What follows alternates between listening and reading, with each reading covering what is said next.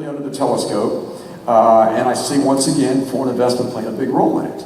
Although understanding now that it's beginning to slow down just a tad, and I think the strength of our currency is one of the factors in that. Thank you. Yes. Absolutely excellent. I loved everything about it. I grew up here, and all my life I've been hearing 7 years boom, 2 to 3 years, but bust, always comes back, first to come back in the nation. And I was listening to everything and writing a lot. Is it a 7-year boom or a 10-year boom? What was the longest boom we've ever had, and what was the shortest boom and the longest recovery and the shortest recovery? Well, that's a very interesting question. The longest boom we ever had began at the end of World War II. You can safely, so let's just say 1946. The war was over in mid-August. And that boom lasted all the way through the end of the 40s. It slowed down just a little bit in 1958 with a national downturn. It came up again. There was another national downturn in 61. It was kind of mild. It went on strong all the way through the end of the decade. And it wouldn't really get harnessed until the Arab oil boycott, which had such an impact on so many things. So that was the longest boom. The shortest boom, that's a hard one. The shortest boom, at least from what I've read, was probably the Art Deco era boom, because the war put a kibosh on it. And you can't imagine what it was like when the announcement came that the Japanese had hit Pearl Harbor. A lot of Miami Beach hoteliers were interviewed, and they said, oh gosh, we're looking forward to the greatest tourist season ever. What happened within about a month and a half of that, they signed contracts with the Army Air Corps to rent those hotels around the clock. That's 12 months a year. They weren't doing a lot of summer business at that time, to the men and women in uniform. So it really turned it around. Actually, they were only renting for 16 cents a day per person, is what it broke down to initially. So I think that was probably among the shortest booms. But let me add one other thing to your question. The shortest period between two booms is now. Because the millennial boom that started about 2002 and was over about 2006, we cranked up again 4 to 5 years later. This is the thing that's absolutely shocked me as an historian, is how quickly we came back.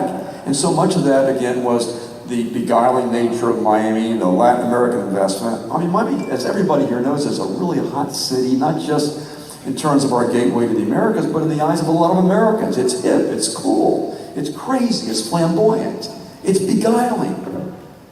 So, thank you very much. You're very welcome.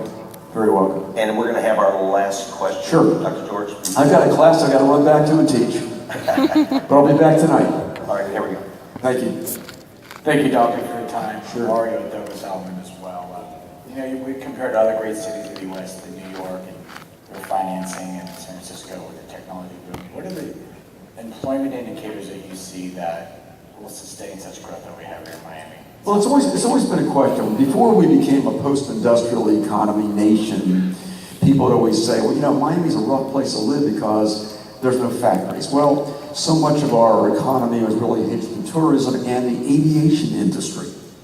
In fact, in 1964, there was a study in Dade County that 1 out of every 4 people either worked directly with an airline or with an ancillary business. So it was a huge employer. Today, I think it's a lot more diverse. Tourism, once again, in every one of its ways. I think import-export is huge. The airport's a huge revenue producer. The Port of Miami is a huge revenue producer. It's just a place, it's become kind of a playground. Institutions drive it now. One of the biggest hospital complexes south of New York City is right here near the downtown area. Academic institutions are driving it dramatically too, not just the University of Miami and FIU, but Miami-Dade College, where I teach, has presently 165,000 students. So I think that's another thing. So we are in a post-industrial economy. We certainly are that way in Miami, that so many things other than just industry are driving the economy. Although we don't want to undercut the idea of industry, there's still a lot of dynamic industry going on in places like Hialeah and Medley that are very important. I think our economy today is very diverse. And I think that diversity, everything from real estate to tourism to export, has really just fed this whole economy dramatically. We've got a port that's the busiest cruise ship port in the world. 4.8 million people came in out of the Port of Miami last year. Just think what that meant for the economy. A lot of them had layovers, both before they boarded the boat and after they came back onto the mainland. And they shopped, and they ate, and they partied, and what have you. So it's, for lack of a better term, a huge service industry economy that I think we've spawned here. I want to thank you all so much for having me here. And thank you, Peter. Thank you, Anita. Appreciate it a lot. Hope to see some of you all later on today. Thank you. Thank I'm going to you. back and teach a class of American history now. Thank you all so much.